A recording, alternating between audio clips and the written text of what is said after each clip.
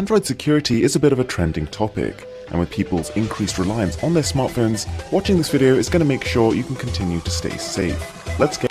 Now the first thing I'm going to show you is called app pinning, something literally every Android user should be using, but very few actually do.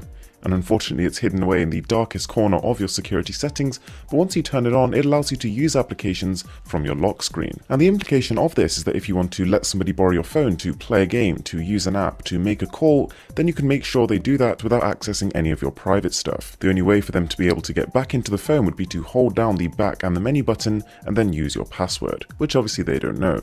And the next thing, which is kind of linked to that, is by installing the Cerberus application, you can block the use of the power button on the lock screen, which means that if someone steals your phone, they can't actually turn it off. And the benefit of that is that the app also lets you remotely erase it just by sending it a text message. So if someone who steals your phone can't turn it off, that means you can send it the text and automatically erase it, so no one's ever going to be able to steal your data. So then we've got Dashlane, and these guys were kind enough to sponsor the video, but of course it fits perfectly into it anyway. Wait till you see what it can do. So Dashlane keeps track of all of your accounts and all of your passwords. You essentially log in by using either a password or your fingerprint, and the idea is that by protecting your passwords with the app, if anyone uses your phone, they can't access your accounts. So yes, of course it's secure. I mean, we kind of expect that from a password management tool, but the real selling point here is the convenience of it.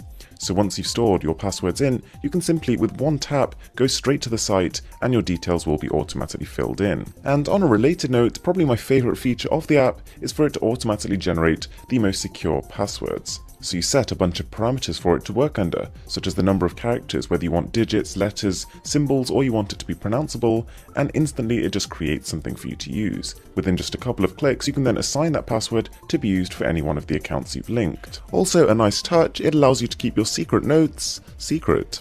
So that's Dashlane. There's a 10% off code for the premium membership just below that download link in the description. Now moving on, the next thing you really should be doing is hiding notifications from your lock screen. So once this setting is enabled, you can find it within your security settings, simply tap the checkbox, then automatically, it doesn't matter how many notifications you have, doesn't matter what applications they're from, anyone who hasn't unlocked your phone, which requires your password of course, can't see a thing. And this is important because a lot of the time when you receive notifications, they contain sensitive information. A lot of the times when you reset passwords or need confirmation for logins, those are sent via text messages. And combining that with the Cerberus application we talked about earlier, means that even if someone does get access to your lock screen, which we can't really prevent, then even then they really can't do anything with it. Now in terms of the passwords you should be setting for your accounts, I know it's annoying, I know it's a little bit inconvenient, and I know that most people just want to set it as the name of their dog, but you shouldn't. You should use a string of lowercase, uppercase, numbers and symbols, because trust me, much less than that and it can be cracked. Another thing, when you download applications, use the Play Store as much as you possibly can.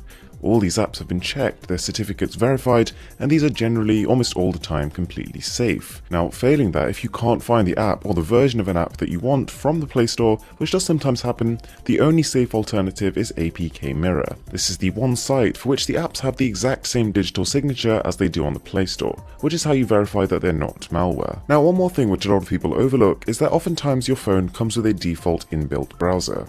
Now if you're using a Samsung or an LG or one of the more reputable brands, the inbuilt browser is generally pretty safe, but for a lot of lesser known brands, you're much better off sticking to Google Chrome. And not only is it a faster, more efficient alternative in a lot of cases, but also a lot of investment has gone into the security aspects, and it's got a lot of the same security technologies as the desktop Chrome version.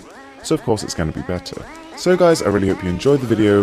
I'm Mr. Who's the Boss, and I'll catch you in the